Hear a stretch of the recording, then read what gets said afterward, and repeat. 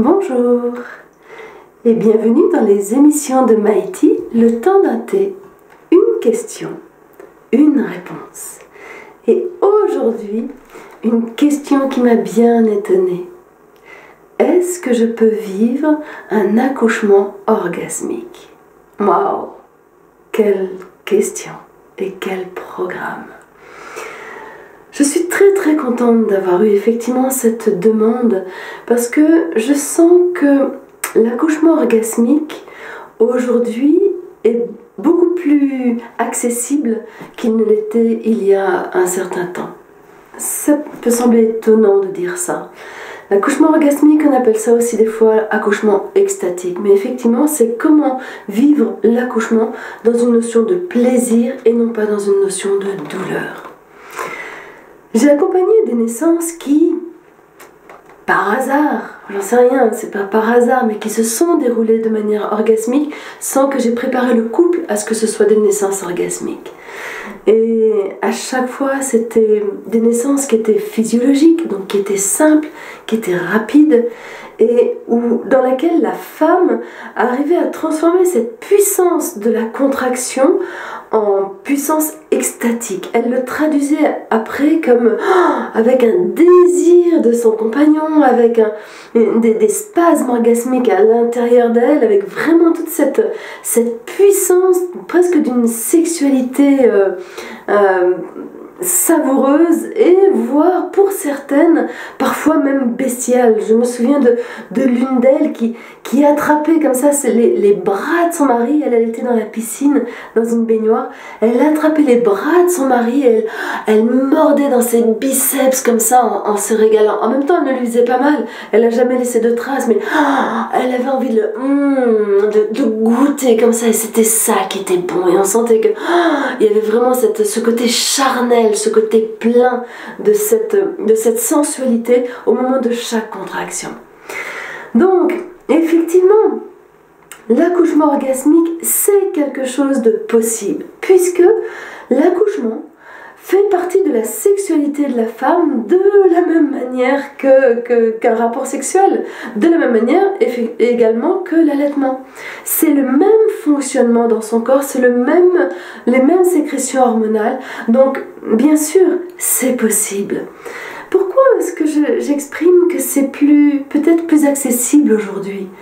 Parce que jusqu'à présent, en tant que femme, nous étions habitués à ce que la vie soit dure et voire douloureuse.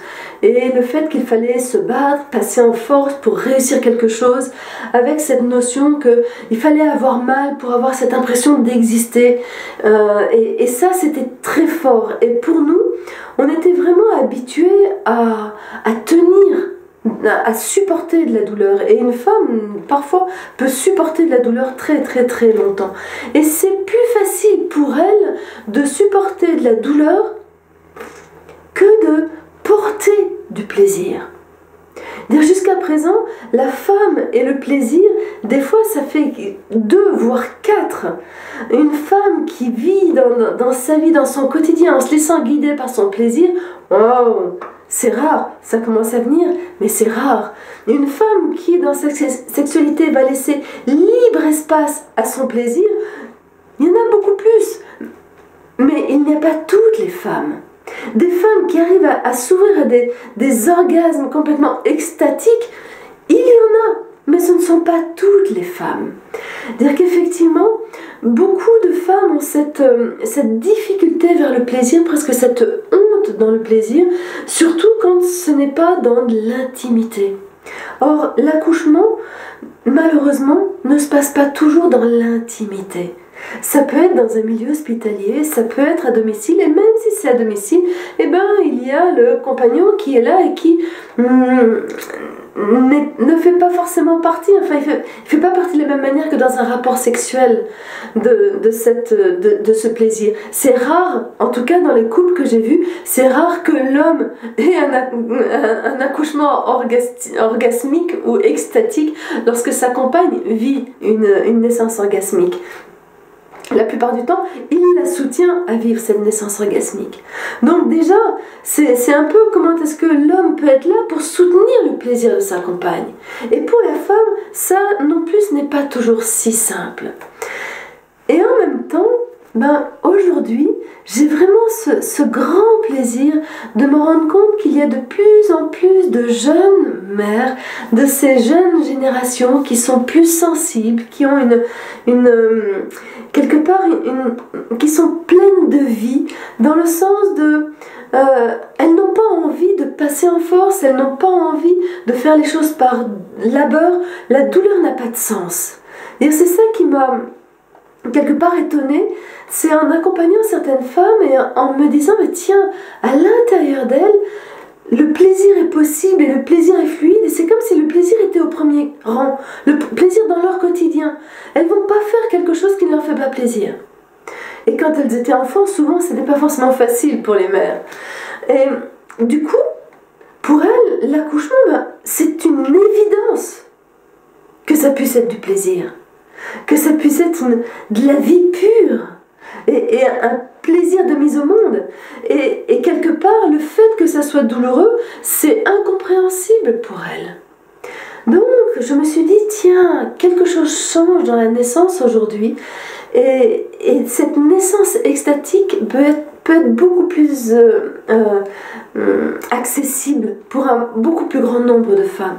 Ça ne veut pas dire que des femmes qui effectivement ont connu la douleur et donnent un sens à la douleur, ça ne veut pas dire qu'elles ne peuvent pas vivre une naissance extatique. Toute femme peut vivre une naissance extatique. Comment le faire? Je dirais à la fois c'est extrêmement simple et à la fois c'est pas si facile que ça. C'est extrêmement simple puisque ça va être de pouvoir ressentir dès que vous commencez à sentir une contraction, que ce soit pendant la grossesse, que ce soit dans le 9e mois, que ce soit en début de travail, quand vous commencez à sentir des contractions, comment est-ce que vous pouvez les sentir et les accueillir comme une vague de plaisir, comme si ça vient dans votre corps et vous pouvez surfer avec comme sur une vague de l'océan qui, procure une ondulation à l'intérieur de vous. Comment vous pouvez vous ouvrir de manière inconditionnelle à elle et l'accueillir en disant avec une respiration qui est large, une respiration souvent par la bouche, une respiration vraiment avec peut-être des sons, mais vous exercez quelque part à l'accueillir comme vague de plaisir, même si c'est une petite vaguelette. Mais ça n'empêche que une petite vaguelette, vous pouvez déjà la vivre comme ça, et du coup, quand elles vont devenir de plus en plus importantes, vous allez juste avoir, c'est comme si vous avez à élargir la quantité de plaisir que vous avez à accueillir et dans lequel vous avez à nager. La vague devient plus forte, mais vous avez accueilli des clés de fluidité dans les petites, ce qui fait que vous gagnez en confiance et vous pouvez ouvrir plus vaste et accueillir de manière illimitée, inconditionnelle, une vague de plaisir beaucoup plus importante. Donc ça sera en utilisant les contractions, en se disant que c'est possible, il n'y a aucune restriction au plaisir. En même temps, vous me direz, oui, mais pendant la grossesse, peut-être que je peux faire des choses. Bien sûr, vous pouvez faire des choses. C'est déjà comment est-ce que vous pouvez vous accompagner à ouvrir au maximum dans votre corps au fur et à mesure que la grossesse prend de l'ampleur. Et en même temps, en ouvrant dans votre corps, ça va être aussi de pouvoir, dans votre quotidien, sentir quel est le rythme qui est adapté, quel est le rythme qui est plaisant, quel est le rythme avec lequel vous ne passez pas en force, quelle fluidité vous trouvez avec ce nouveau corps qui est effectivement cet océan d'eau à l'intérieur de lui, et dedans ce petit voyageur qui est très précieux. Un autre moyen qui va être effectivement de vous préparer, ce sera votre sexualité, et votre sexualité en cours de grossesse. C'est comment est-ce que vous allez effectivement accueillir les caresses de votre compagnon ou de votre compagne. Comment est-ce que vous allez d'ouvrir aux vagues de plaisir de la sexualité. ayez orgasme que vous n'ayez pas orgasme. Et je vous invite même à, lorsque vous commencez à flirter avec l'orgasme, comment vous pouvez juste ralentir un petit peu les choses pour accueillir et savourer une quantité de plaisir supplémentaire. Et puis, repartir dans la vague, comme si vous étiez plus ouverte, vous aviez une plus grande charge de plaisir à faire circuler à l'intérieur de vous, et vous repartez avec ça sans rien lâcher. Jusqu'à ce que vous arriviez de nouveau éventuellement au seuil où vous sentez que, ok, il peut y avoir bascule vers l'orgasme, comme vous pouvez aussi là encore ralentir et savourer comme si vous étaliez encore plus la quantité de plaisir qui est là à l'intérieur de vous. Jusqu'à ce que vous puissiez repartir avec ça. Et ça, vous pouvez l'avoir dans une sexualité de vous à vous, comme vous pouvez l'avoir avec votre compagnon, avec votre partenaire. Il y a aussi la possibilité, et c'est ce qu'on appelle la méditation orgasmique, il y a aussi la possibilité que vous demandiez à votre compagnon de vous masser le clitoris. Éventuellement, le lubrifiant un petit peu, éventuellement, mais c'est juste, c'est pas une stimulation du clitoris, c'est juste un massage régulier du clitoris qui fait que vous allez ouvrir à la sensation. Ouvrir à la sensation, comme des nappes de brouillard quelque part qui sont de plus en plus vastes, de plus en plus épaisses, de plus en plus présentes, et que vous arrivez à tenir. Et il peut faire ce massage du clitoris pendant à peu près un quart d'heure, non-stop, c'est pas une stimulation, et sans qu'à aucun moment vous ne basculiez dans l'orgasme. Dire ça, ça vous apprendra quelque part à tenir, à porter, à vivre du plaisir, à être dans du plaisir sans que ça bascule à un moment donné. Ça ne veut pas dire qu'au moment de l'accouchement, vous ne basculerez pas vers un orgasme. Mais la plupart du temps, c'est effectivement dans des vagues de plaisir que la femme est, dans une vastitude, dans une très grande largeur, quantité, quelque part de plaisir. Donc, ça vous donne des pistes. Ça vous dit que oui, c'est possible de vivre une naissance orgasmique.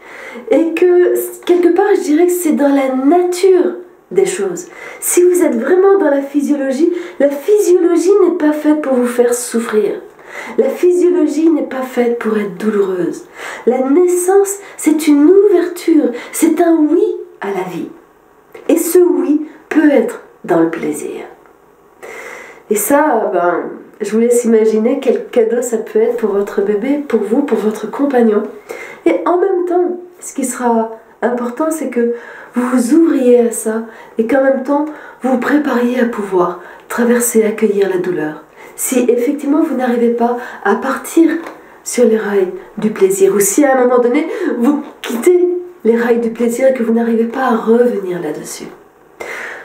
Voilà, ce sont des petits éléments. Le compagnon peut aussi œuvrer pendant les contractions en caressant le corps de sa compagne avec une infinie douceur. En la caressant, et c'est elle qui pourra le guider. Pour certaines, ça va être par un baiser d'une infime douceur. Ça peut être par le fait qu'elle ait son odeur, comme je l'ai dit, comme ça peut être des caresses au niveau des jambes, au niveau des cuisses, avec beaucoup de lenteur et beaucoup de douceur, vraiment du bout des doigts, comme s'il étalait le plaisir au travers de son corps. Voilà, ce sont des pistes, vous en trouverez d'autres. Moi, je veux juste vous dire, c'est possible. Alors, j'ose à peine imaginer ce que ça peut ouvrir. Des générations qui naissent dans le plaisir. Waouh! Peut-être que ça va changer quelque chose. C'est à vous.